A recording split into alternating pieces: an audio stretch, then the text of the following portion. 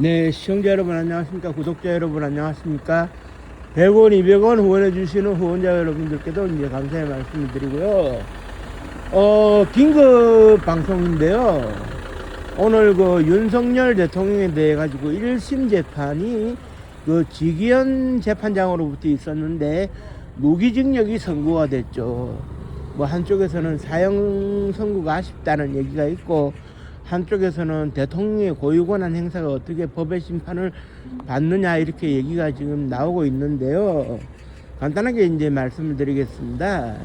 결국에는 그런 거예요. 전두환 전 대통령이 정치적인 판결이죠. 그때 무기징역을 받았는데 1심에서 사형, 그 다음에 고등법원에서 무기징역, 대법원에서 무기징역이 확정이 됐었어요. 그런데 이제 그때 사형이 선고된 것은 크게 봐가지고 이제 사람이 죽었다라는 점에 있어가지고 이게 이제 좀 문제가 되는 거예요. 그때 당시에 이제 그 전두환 보안사령관의 불법적인 명령이 그 있어가지고 이제 그 어떻게 되느냐 그런 거겠죠.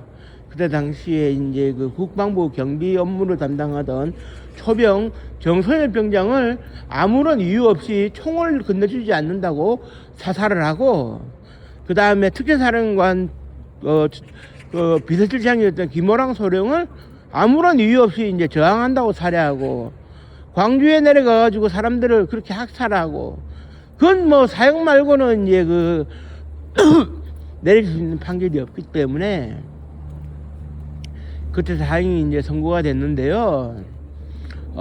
윤석열 그 전 대통령의 그 비상계엄 상황은 소위 일종의 친위 쿠데타, 이걸 넓은 의미에서 보면 내란으로는 볼 수가 있는데, 문제는 그 과정에서 한 사람도 다치지 않았다. 요것을 지기현 판사가 주목을 한 것 같습니다. 제 생각에는 사람이 한 사람이라도 죽어 나갔다면, 실탄이 만일에 발포가 됐다면 이것은 엄중하게 처리를 해가지고 사형이 가능할 수 있었는데, 그 결과로 아무도 다치지 않았다라는 점에 있어가지고 주목을 해가지고 무기징역을 선고한 것 같습니다. 대개 이런 경우에는 이제 그 1심 재판에서 그 무기징역이 선고가 되면 기존의 그 이렇게 그 판결을 뒤집기는 상당히 어려워요. 보통은 이제 그 1심 그 말이지 법원에서 판결을 한 거에 대해 가지고 살펴는 보는데, 특별한 사정이 없으면 무기징역으로 내려갈 가능성이 있고, 다만 2심 고등법원 판사가 엄중한 재가를 물어야 된다고 하면 사형으로 가는 수가 있죠. 다만 대법원의 경우에는 그 사실심이라 그래가지고 이제 그 법리 검토, 법 적용이 이제 제대로 되었는지만 보기 때문에 고등법원의 판결이 사실상 이제 확정 판결이나 다름없는 게 우리나라의 여하한 현실입니다. 특히 이렇게 그 정치적 사건에 대해 가지고는 대법원에서 뒤집히는 경우는 제가 보지를 못했거든요. 51년째 살아오고 있습니다만은. 그러면 이제 어떻게 되느냐? 윤석열 전 대통령 같은 경우에는 서울구치소에서 생활을 하고 있습니다만은, 구치소는 확정 판결이 나기 전에 일시 구금되어서 징역형을 살아야 되는 사람들을 가둬두는 곳이기 때문에 윤석열 대통령은 당연히 항소할 것이고, 항소하면 고등법원과 대법원까지는 갈 겁니다. 그 사람이 개인적으로 취할 수 있는 법적 구제 조치는 다 취한 상황에서 그 다음에 할 수 있는 게 있을까요? 굳이 있다면 유엔에 그 인권 청구를 해가지고 나의 재판은 부당하다라고 이제 한번 해볼 수는 있어요. 다만 이제 그 국내에서 모든 절차를 밟아서 안 되었을 때는 그 유엔의 인권 그 문제로 이렇게 그 기소나 제소가 가능하지만, 유엔의 이제 결정 사항은 권고 사항이고 한국 정부가 받아들이면 좋겠다라고 하는 것이지, 그거는 이제 그 법대로 이제 적용이 돼가지고 무조건적으로 이제 그런 그 뭐냐 했을 때 이제 그 한국 정부가 수용을 해야 되는 거는 아니거든요. 그러니까 이제 윤석열 대통령 입장에서는 최종적으로 이제 밟을 수 있는 절차는 이제 남은 것이 고등법원하고 대법원인데, 일단은 지기현 판사가 무기징역을 선고함으로 인해 가지고 이 사건을 한 1년 동안 어느 정도 형사적으로 이제 절차적으로 들여다본 그런 상황이고 이제 결론이 나오는 상황이에요.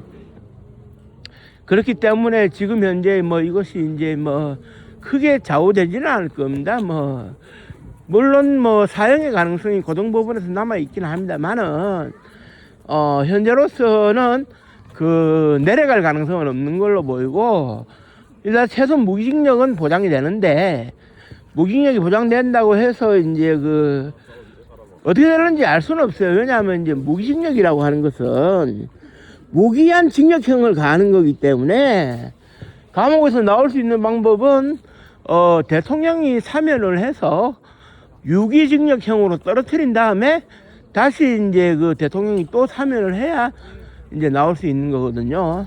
그렇기 때문에 이제 그 우리나라의 경우에는 박근혜 전 대통령이 4년 6개월 정도 실형을 살아가지고 전직 대통령으로서 너무 오래 감옥 생활을 하게 만들지 않았느냐 이런 뭐 시각도 뭐 없지 않아 있습니다만은 징역형이라고 하는 것은 최소 3분의 1을 살아야 가석방이 되는 건데 무기징역에는 이제 가석방이라는 게 없죠.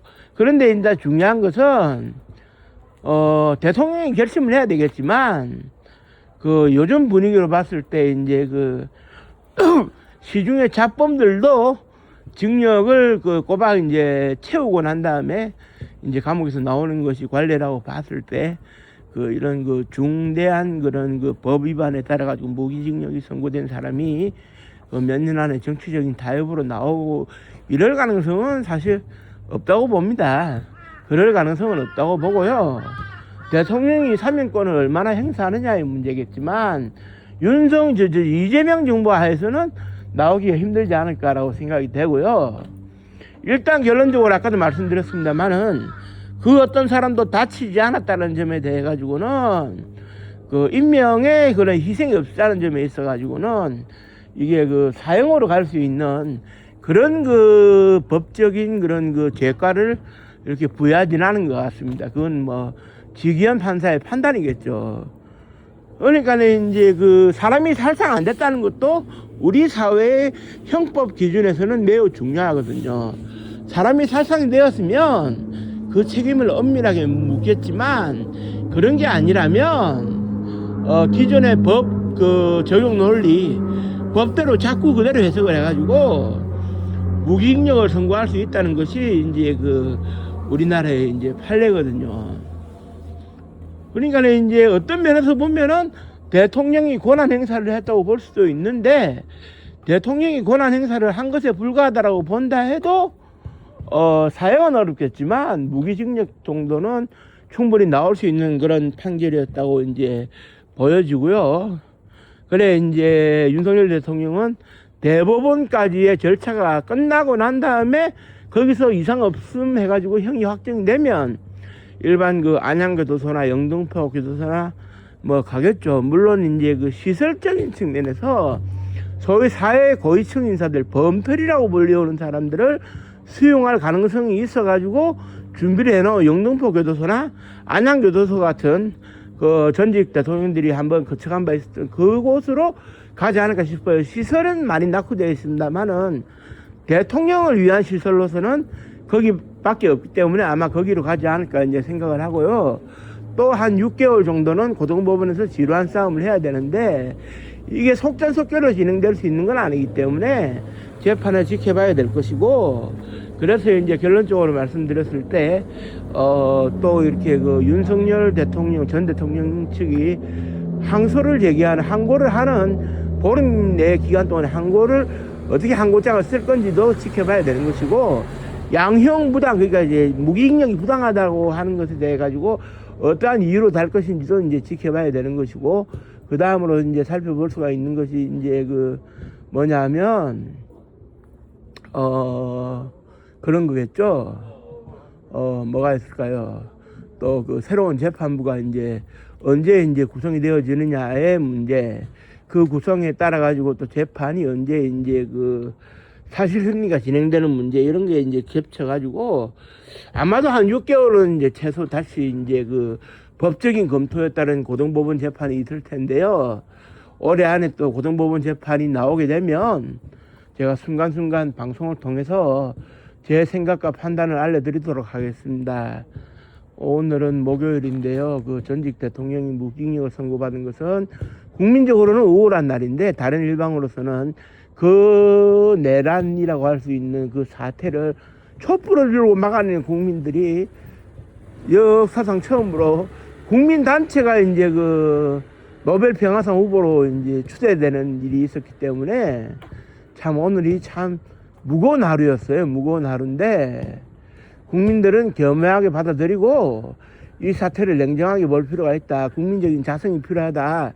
그래서 국민들이 너무 그 법 감정에 있어가지고 흥분하지 않았으면 좋겠다라는 이 말씀 드리면서 오늘 방송을 마치도록 하겠습니다. 모든 분들께 감사의 말씀 드리고요. 고맙습니다. 수고하십시오.